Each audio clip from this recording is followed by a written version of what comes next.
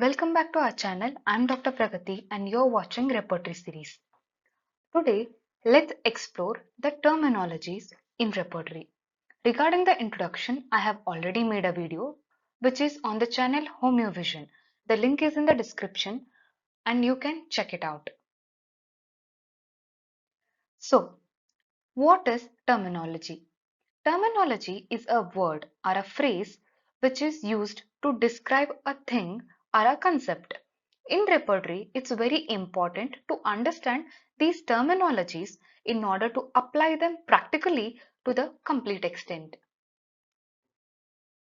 So, the first term is rubric. Rubric is an English word which is derived from Latin's rubrica, which meant red. In earlier days, in Middle English, it was rubric, which means a heading. Whenever we are referring to a text, we will come across a heading, which shows the main concept of the text. Earlier, the heading were written in the red for distinguishing it from the rest of the text. So, a heading or a guiding rule is a rubric. When we are referring a repertory, we don't have symptoms directly. We have to convert them into shorter forms. So, rubric is the repertorial language of representing a symptom and clinical terms which we use in day-to-day practice. Let's look at the example. Here we have a radar version of synthesis repertory. Under the chapter respiration, we have some symptoms which are converted to a shorter forms. Symptoms such as anxiously breathing can be found as respiration anxious, and abdominal breathing can be found as respiration abdominal. Next term is subrubric. It's like a subheading. It's a classifying symptom presented as a subclassification of a rubric. If we take an example, in chapter abdomen, under the rubric pain, we see one of the sub-rubric as afternoon. If we go reverse, I can ascertain that the patient had a pain abdomen peculiarly in the afternoon. Then we have clinical rubric. We have some rubrics which are going to indicate directly the disease condition. For example, cretinism, hypothyroidism. But it's better to avoid such type of rubrics as either they will have large number of polycrests or they will refer you to some other rubric. So better to avoid these rubrics. Next, what we have is pathological rubrics. These are the rubrics indicating the pathological changes in the body. For example, if there is a particular region and it is suppurating excessively, we can take the rubric suppuration. And if there is an inflammatory process going on, we can take the rubric inflammation. When I was talking about clinical rubrics, I have told you regarding reference to other rubrics. So, in repertory, we have some rubrics which will refer you to similar rubrics for either comparing or to enhance the knowledge of the group of medicines. These are called as cross-references. In repertory, there are many rubrics which may sound similar or have a similar meaning. But with our observation of the patient, we can examine the other similar rubrics for the exact context. We have two types of cross-references, comparative and confirmatory.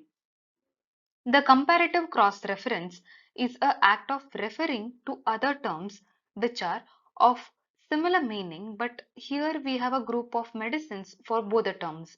Whereas in the confirmatory cross-reference, referring of a term given along with the main rubric is a synonym. So we don't find any medicines listed below it. Now let's see how practically it works. If we go to mind chapter, we can see the rubric abandoned. And Here we can see the confirmatory cross-reference of abandoned as a Forsaken feeling. So in the Forsaken feeling, we have around 125 medicines, but whereas in abandoned, it was not there. If we again go to the same mind chapter and we see absent-minded, if we see this particular rubric, we have number of medicines listed below the rubric, which are around 227. We have number of cross references also. One of them is forgetful. If we go to that particular rubric, again we have a different set of medicines. So this becomes our comparative cross reference. Now we will refer to one very important term, which is repertorial totality. So it is the symptomatical arrangement in a particular hierarchy. The hierarchy or the ranking of symptom depends on the repertory used. So the repertory's principles and methodology have a very important role to play. So let's take an example of a patient who is complaining of headache in the forehead, which is more on the left side with pressing type of sensation. Whenever he goes to the open air, he feels better and he is very irritable about everything during the episode of the headache. So if we see the totality of the symptoms here, it is there is a headache where it is in the forehead region. So the location will become forehead. And how it is felt by the patient? It is a pressing type of pain. So sensation becomes pressing. Is there any factor which is making the headache better or worse? That is our modality. Here, open air is making the patient better. So the modality becomes open air amelioration. Is there any concomitant? Here, we have to make sure that we understand the difference between associated symptom and concomitant. Associated symptom is usually a symptom which comes when there is a particular symptom, but most of the time it will be associated with that particular disease or of a same system we can call. But whereas concomitant is a symptom which is entirely different with respect to the symptom. So now the repertorial totality becomes is head pain, forehead left, head pain pressing, head pain air, open amelioration, and mind irritability, headache during. If I take that repertorial totality in the synthesis repertory, I have number of medicine. Every particular rubric has a very different number of medicine. One has 125, one has 72, one has 149.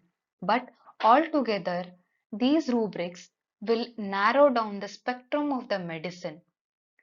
Here, we have approximately 18 to 19 medicine, which is very less when we compare the number of medicines with each and every individual rubric. So this is how the repertory works. So that's all it for the today. Thank you so much for joining with us. We encourage you to stay connected with us for more such content. Thank you.